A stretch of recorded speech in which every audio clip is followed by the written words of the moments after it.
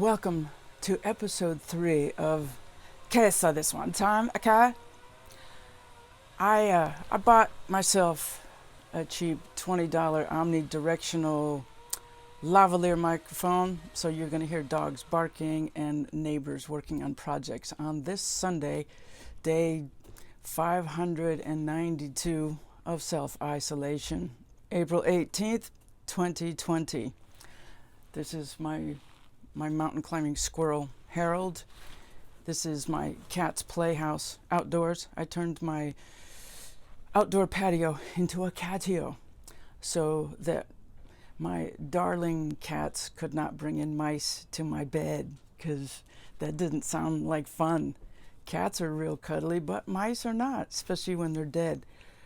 You know, this one time, I did come home to see a rat in my living room scalped.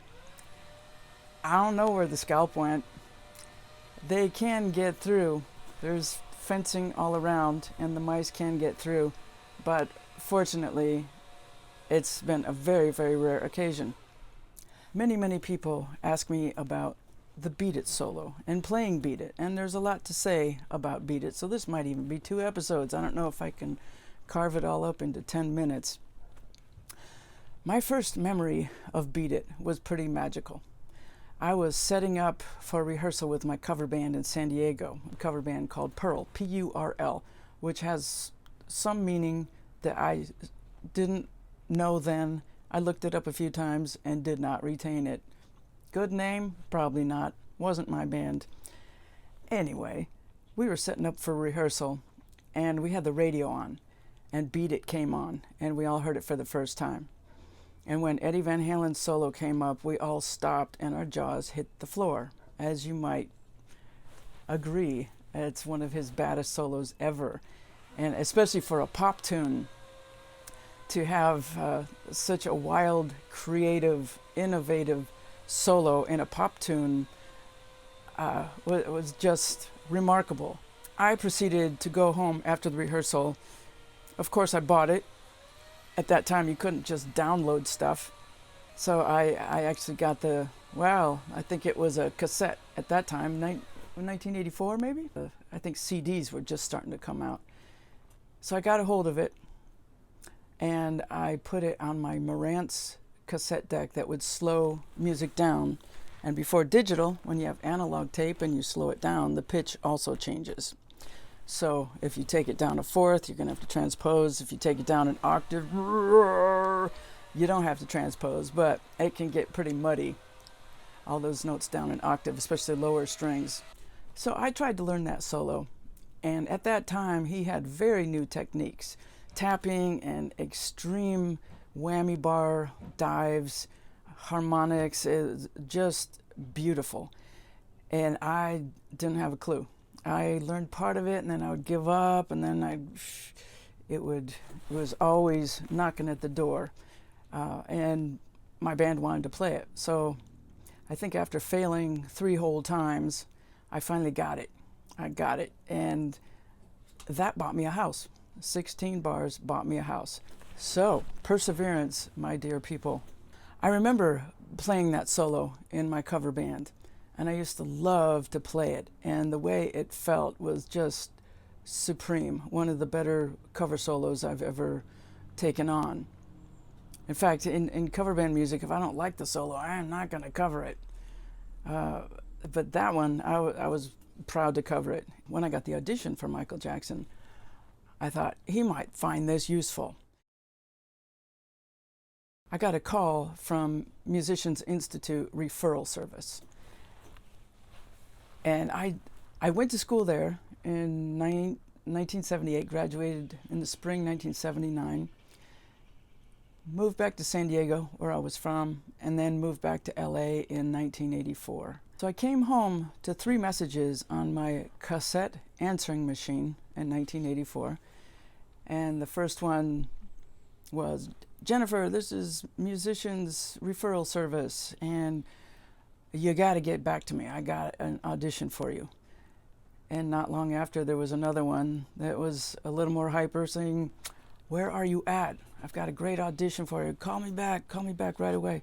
And the third one, I was like, okay, I'm going to tell you what it is, so you will definitely call me back. It's for the Michael Jackson tour. So I jumped up and down and got super nervous, and I called the number in Jackson's camp that I was supposed to call, and I asked when the last possible time I could audition would be, so I could stay home and work on his material and make sure I was as prepared as possible. And I went out and bought my very first CD player, because they were pretty new at the time, and I thought, I could justify this because I need to hear things clearly and be able to skip back without the cassette motor decks were just kind of a pain in the butt to navigate. So I think they told me several tunes to learn, and I just worked on and worked on and worked on, did repetition after repetition for, I think it was about 3 days. And then I went in to audition, and I was surprised there was no band. I walked into a room with Rory Kaplan, who was a keyboard player that was on the tour, but he didn't play for the audition. And the other man in the room was Nelson Hayes, one of Michael's right-hand guys. And Nelson had a video camera, and he just videotaped people auditioning, and he would give the tapes to Michael to have a look at. So number one, I was very thankful Michael wasn't there, because I would have been super nervous.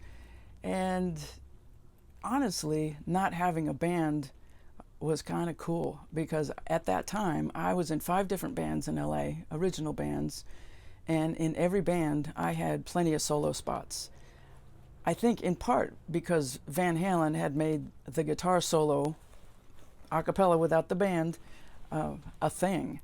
So a lot of bands would have a space for the guitar player to just go off, and every band I was in had that. So I was pretty comfortable in that position. And the only guidance I was given was to play some funky rhythm, because that would be more than 95% of what was required for a guitar player on a Michael Jackson tour. So I played some funky stuff, stuff I had been teaching my students at Musicians Institute at that time.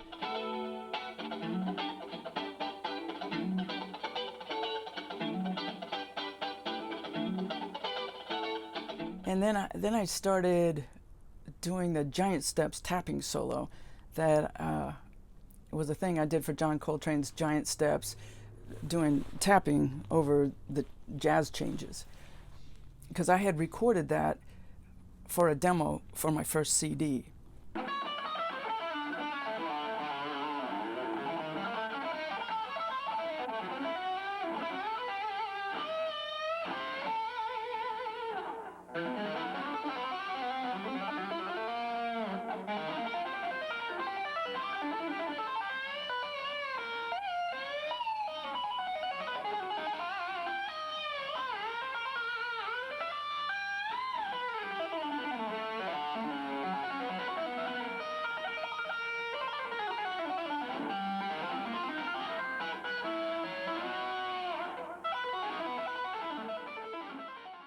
And then I finished with the Beat It solo. I thought he might just find that useful, and indeed he did. I got the videotape 20 years later. It's only a few years ago I got it. Nelson Hayes apparently is way more organized than I am, and a man named Steve Swirsky is putting together a documentary on female guitar players. And so he got a hold of Nelson to get the audition tape. And that was very enlightening to see where I was at, where my playing, where my chops were at, where my head was at back then. Well, that's all the notes I know. All right. A snapshot in time. And along with the videotape, there were a bunch of names and notes. And Michael had put a star next to my name and wrote "great." To see that after all these years was really cool. I mean, obviously, he thought I could play, or he wouldn't have had me on 3 tours, but we all like a pat on the back, don't we? So a couple days later, I got a call, and Nelson called and said Michael was interested in me, and could I come down to rehearse with the band, and could I take a 1.5 years off? And I said, take me anywhere for any length of time. I am in. So not long after, I started working with the band, and I was so excited I couldn't sleep. I would sleep about 3 hours a night, I think. In fact, I actually went to a doctor to get sleeping pills because it was starting to really mess with me. And the doctor thought I was a drug addict. I mean, his vibe was like, really? You need sleeping pills? Are you doing speed? And I said, dude, I just got the biggest gig in the world and I can't sleep. I would stay up till midnight or 1, 2, 3 o'clock in the morning working on tunes, getting those repetitions in. And then I'd wake up at 6 for no reason, just because I was excited. The first month was the band in one room working out the tunes, and a lot of time was spent on getting the sounds down from the record so we could replicate that. The keyboard station looked like something at NASA with all the programming that was going on. Oh great, my cat's taking a poop. Wow, the wind is going in the wrong direction right now. Yeah, go boy, cover that up, please.